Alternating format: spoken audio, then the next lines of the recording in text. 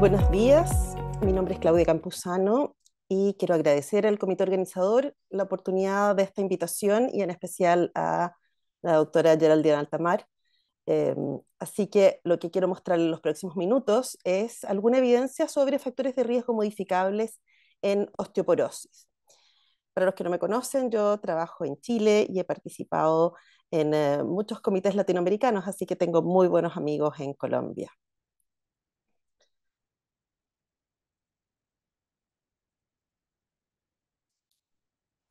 Esos son mis conflictos de interés. Y la agenda para lo que tengo preparado ahora es algunos puntos de realidad de osteoporosis en nuestra región. Específicamente vamos a tratar estos factores de riesgo modificables y algo de causas secundarias en osteoporosis. La realidad de la osteoporosis en este momento en el mundo es que es una enfermedad muy frecuente.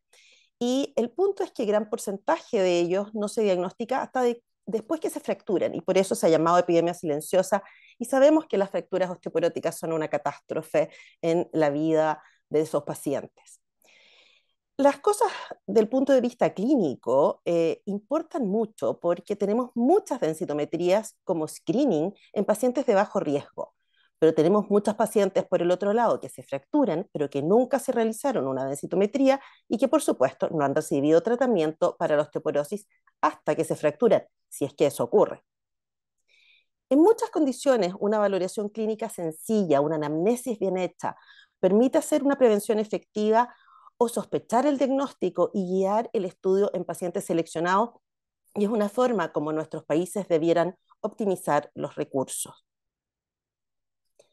Voy a permitirme una especie de publicidad a propósito de nuestros datos, los datos latinoamericanos, y este es un trabajo que hicimos con muchos amigos y gente dedicada a osteoporosis de Latinoamérica, en especial de Colombia. Hay un grupo importante liderado por la doctora Adriana Medina que participó en todo este trabajo, y los invito a interiorizarse. Ya ustedes ya tuvieron una charla de epidemiología sobre esta auditoría que hicimos de la epidemiología, el coste y el impacto de la osteoporosis en los países de Latinoamérica.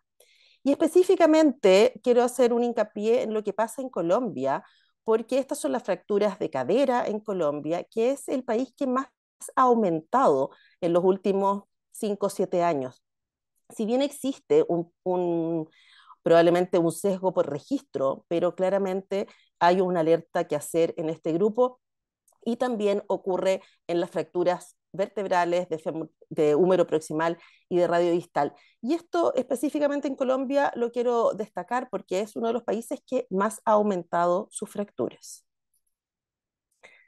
Ahora, aterrizando en el tema que nos convoca, quiero hacer un comentario sobre lo que importa en la genética y los factores de riesgo en osteoporosis, porque finalmente son los que van a ir condicionando el riesgo individual de fractura. ¿Cuánto hueso tenemos? ¿Cómo es su calidad? ¿Cómo lo recambiamos? ¿Cómo lo perdemos? Es lo que va a condicionar el riesgo de fractura. Y va a condicionar específicamente el pico de masa ósea o la masa ósea máxima que adquiramos, la pérdida menopáusica, y sabemos que existen un grupo de pacientes que son perdedoras más rápidas en el periodo posmenopáusico, y por supuesto la pérdida a lo largo de toda la vida. En este gráfico, que lleva todo a qué masa ósea máxima vamos a tener, vemos factores no modificables en rojo, parcialmente modificables en amarillo, y los totalmente modificables en verde, que es de lo que vamos a hablar principalmente. Esta masa ósea máxima se adquiere entre los 20 y 30 años. Cadera termina de formarse a los 20, pero vértebras y radio hasta los 30 uno podría modificar. O sea, lo que no se adquirió en la adolescencia, que es el momento de máxima adquisición de masa ósea, puede modificarse y mejorarse hasta los 30 años de un paciente. Sabemos que la genética es lejos lo más importante, y esta genética lleva en sí el 50 hasta el 80%, dependiendo de la etnia, del tamaño corporal y de algunas características específicas de esa familia. Y eso, por supuesto, no es modificable, pero la expresión génica puede variar.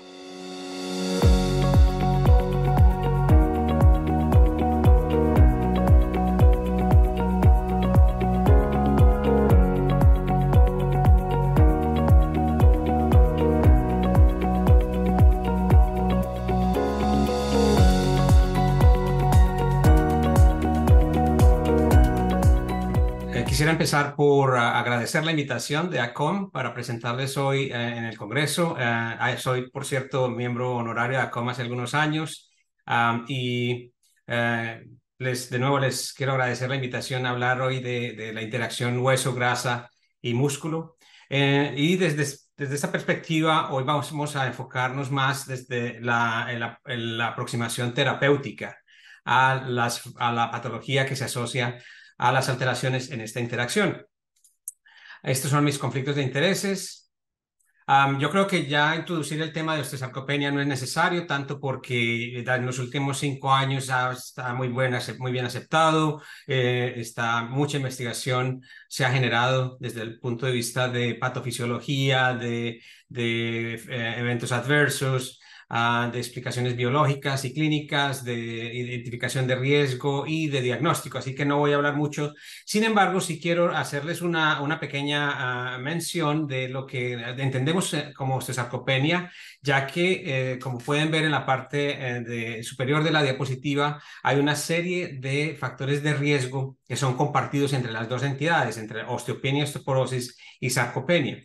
Cuando todos esos factores de riesgo o algunos de ellos están presentes, tenemos que se desarrolla una pérdida patológica tanto de hueso como de músculo, en lo que conocemos como osteopenia, osteoporosis y sarcopenia, y en algunos pacientes, digo algunos dependiendo de la cohorte o del grupo que se está estudiando, puede ir desde alrededor del 12% de los individuos, personas mayores, o puede ir hasta el 42% en pacientes de alto riesgo, como los que observamos en nuestra clínica de caídas y fracturas. Lo importante aquí es que cuando diagnosticamos osteosarcopenia estamos identificando un síndrome que involucra una patofisiología específica en la que hay alteraciones en la comunicación entre el hueso y el músculo y entre el músculo y el hueso, y al mismo tiempo un tercer factor importante, determinante en la patofisiología de la osteosarcopenia es la presencia de grasa. Y de nuevo, cuando hablo de grasa y cuando hablo de este síndrome, no estoy hablando de otros síndromes asociados. Cuando hablo de grasa, en este caso, hablo de la grasa que infiltra la médula ósea y hablo de la grasa que infiltra la fibra muscular y que infiltra el músculo. No estoy hablando de obesidad, no estoy hablando de otro tipo de grasa. Y esto es relevante porque sabemos que esta grasa produce estas adipoquinas que son tóxicas, y no solamente son adipoquinas, pero también son ácidos grasos que tienen un efecto bastante tóxico tanto en el músculo como en el hueso.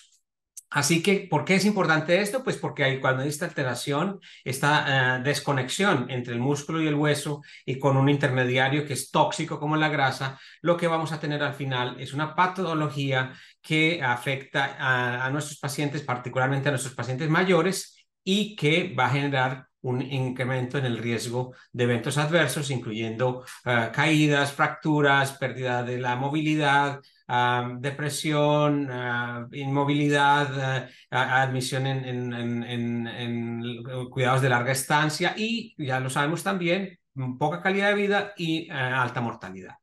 Así que si queremos prevenir y queremos prevenir estos eventos, debemos tratar la patología desde el punto de vista comprensivo y multidimensional, en el que vamos a tratar de enfocarnos en mejorar no solo la masa muscular, sino también la masa ósea, y mejorar la calidad de esos dos tejidos, y al mismo tiempo hacerlos lo suficientemente fuertes y restablecer esa comunicación sana y anabólica entre el músculo y el hueso. Así que esto es más o menos introductorio de lo que vamos a hablar hoy. De nuevo, me voy a enfocar más que todo en las intervenciones terapéuticas y más o menos en lo que sabemos de lo que ocurre en la osteosarcopenia. Un concepto importante en el que algunos de ustedes están ya familiarizados es el concepto de la osteosarcopenia desde la perspectiva de la geroscience, de la serociencia. Esta gerociencia es interesante porque empezamos a entender que hay patologías asociadas con el envejecimiento que comparten los mismos mecanismos biológicos.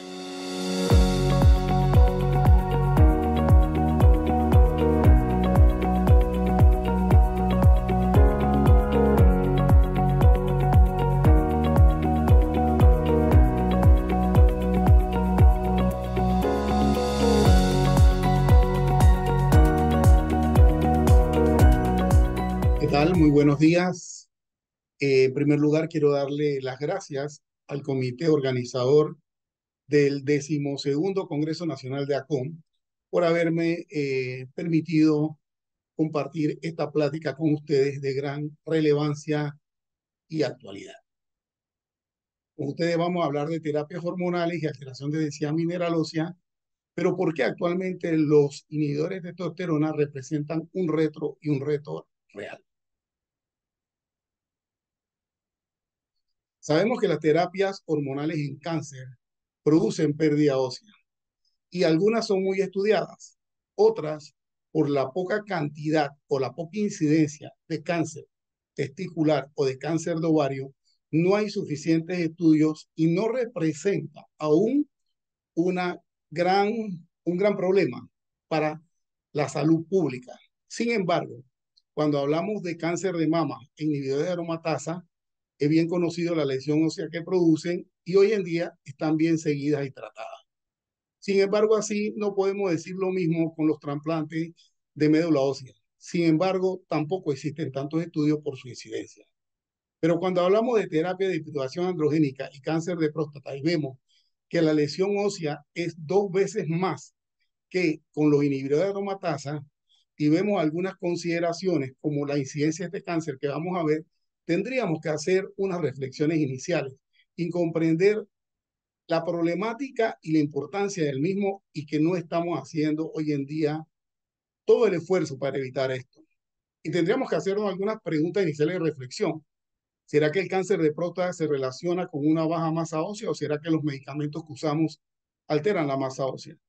¿Qué relación existe entre el incremento de fracturas y el SEA de próstata? Hoy en día sabemos que pacientes con SEA de próstata tratados para evitar osteoporosis, mientras menos osteoporosis, menos fracturas de próstata. ¿Cómo podemos evitar que esto siga ocurriendo? La prevalencia del SEA de próstata es alta y muchas veces cuando se diagnostica ya está asociada a fracturas. Algunos indicios nos indican a pensar o nos llevan a pensar que debemos darle atención integral, que tenemos herramientas para hacerlo y vamos a ver cómo medirlos y tratarlos. Por otra parte, hay algunos puntos de interés que tenemos que tratar inicialmente y es definir que la osteoporosis, como ustedes saben, es más común en la mujer. Sin embargo, esto es cierto hasta antes de los 65 años en la mujer y 70 años en los hombres, cuando esto ya es comparable. Por otra parte, se sabe que a estas edades o antes de estas edades prevalece 4 veces más en la mujer. Pero cuando hay osteoporosis, se ven las complicaciones más en el hombre. ¿Y por qué? Porque el hombre es 10 veces menos evaluado cuando tiene una fractura por osteoporosis. En cuanto a las hormonas sexuales y células óseas, tenemos que recalcar que los andrógenos afectan y estimulan los osteoblastos y los osteocitos. Esto es muy importante. Mientras que los estrógenos afectan más la diferenciación de los osteoclastos. Por otra parte, ambos inhiben la reabsorción ósea en hueso trabecular y endocortical y disminuyen la diferenciación osteoclástica. Cuando nosotros vemos un mapa mundial de la incidencia de cáncer de próstata, nos llama la atención que desde el 2018 a la fecha, en América Latina, en África y en Europa Occidental, el cáncer de próstata representa el cáncer con mayor incidencia. Cuando antes, en el 2015, representaba el quinto cáncer en incidencia. Ocupaba el número 5 y pasó al número 1. Por otra parte, también es importante recalcar que a pesar de que hay más hombres que mujeres en el mundo, cuando nosotros vemos la incidencia por sexo, vemos que la incidencia de cáncer de próstata en el hombre es mucho mayor porcentualmente que el cáncer de mama en la mujer. Y cuando vemos la mortalidad en los 10 cánceres más frecuentes, vemos que el cáncer de próstata sigue teniendo una mortalidad mucho más elevada, prácticamente 3 o 4 veces más que el cáncer de mama.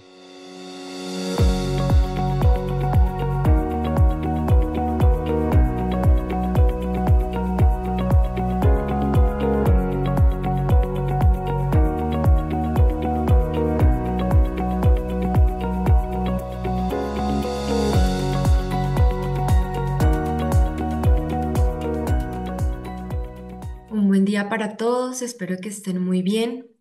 Mi nombre es María Paula Guzmán, soy nutricionista y hoy tengo el placer de acompañarlos en esta jornada académica con un tema que tal vez no sea tan familiar para nosotros, que lo conozcamos en estos espacios académicos, pero que es un tema muy necesario relacionado más con el autocuidado de nosotros como profesionales de la salud y es cómo está nuestra nutrición, cómo está nuestro autocuidado respecto a la nutrición y eso cómo podría implicar un reto para nosotros en nuestro trabajo diario.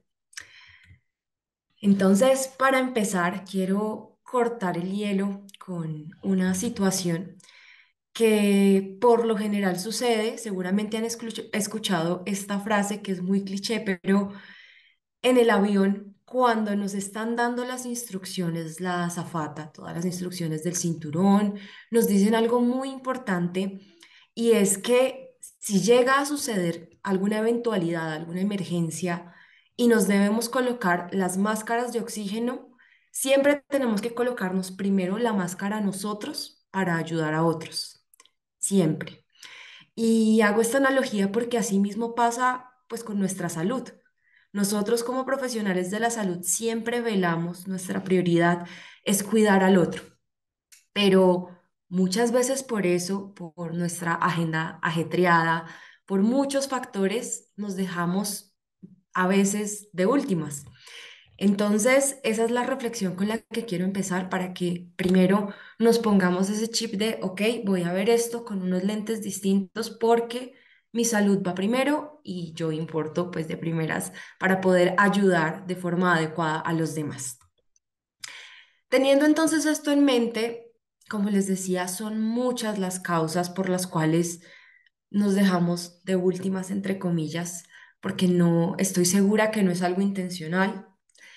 Y esto puede estar bastante relacionado con este síndrome de burnout que muchas veces pues presentamos precisamente por la carga laboral, la agenda que está muy apretada, la presión de cumplir ciertas cosas, si tenemos uno, dos, tres trabajos, todo esto va sumando. Y esto hace sobre todo que en el tema de hábitos de estilo de vida saludable estemos cortos porque pues vamos a estar limitados un poco. Sabemos que para invertir en la salud debemos dar un poco de tiempo, un poco de dedicación, no mucho, que también es algo que yo quiero mostrarles en esta presentación, pero pues sí debemos invertir un poco de lo que tal vez no tenemos tanto en nuestro día a día, que es ese tiempo tan valioso. También para darle una perspectiva un poco más macro, tema de algo que nos compete a todos y son los Objetivos de Desarrollo Sostenible para la Agenda 2030 que plantea la Organización Mundial de la Salud. Recordemos que el número 3 es salud y bienestar para todos. Y para todos, no solo para nuestros pacientes, sino también pues para nosotros como profesionales de la salud. Teniendo entonces esto en mente, tengamos presente cuáles son estas dimensiones del bienestar, realmente qué significa bienestar, porque más allá de salud, tenemos que ver un poco más integral el tema pues del bienestar precisamente. Y es que enfocándonos en salud física, específicamente porque pues como vemos hay demasiadas dimensiones que van a afectar nuestra salud y nuestro bienestar en general, pero enfoquémonos hoy en este pedacito de salud física y nosotros estamos acostumbrados, ¿no? Acá al manejo de enfermedades, que está perfecto, pero también sabemos que para no llegar acá al manejo de enfermedades, un enfoque prioritario pensando en la prevención es fundamental. Y desde la prevención, entonces, podemos ver pues dos aspectos relevantes, que es la actividad física y la nutrición, que es en lo que nos vamos a enfocar específicamente en esta charla. Y quiero volver a traer a colación ese ejemplo, esa analogía que les daba al inicio. Quiero que todos se imaginen en este momento una situación ficticia, que estuviéramos en un avión, cada uno haciendo sus cosas, llenando una sopa de letras, terminando un informe, revisando historias clínicas.